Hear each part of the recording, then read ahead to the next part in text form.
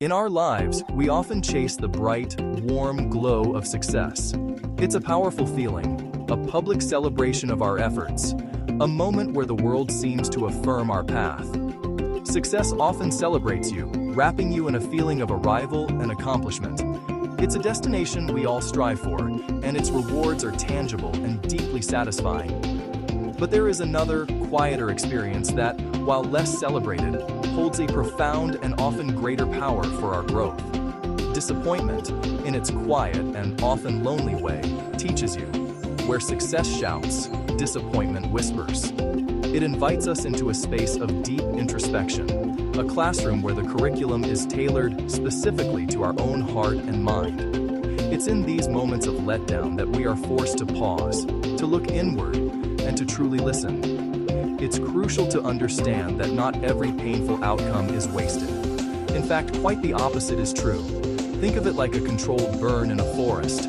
What appears destructive on the surface is actually clearing away the underbrush, making way for new, vibrant life to emerge. These experiences carve away at our unexamined assumptions, revealing the stronger, more authentic self that lies beneath. Many disappointments teach emotional endurance. They train us to sit with discomfort, to navigate the currents of sadness or frustration without being swept away. This is a resilience that isn't built in times of ease. They gift us with wiser expectations, recalibrating our internal compass. We learn to distinguish between hopeful ambition and unrealistic fantasy, grounding our dreams in a more sustainable reality. And perhaps most importantly, they cultivate stronger discernment. Setbacks sharpen our vision, helping us see people, opportunities, and our own motivations with greater clarity. We learn to trust our intuition, to recognize what is truly aligned with our values.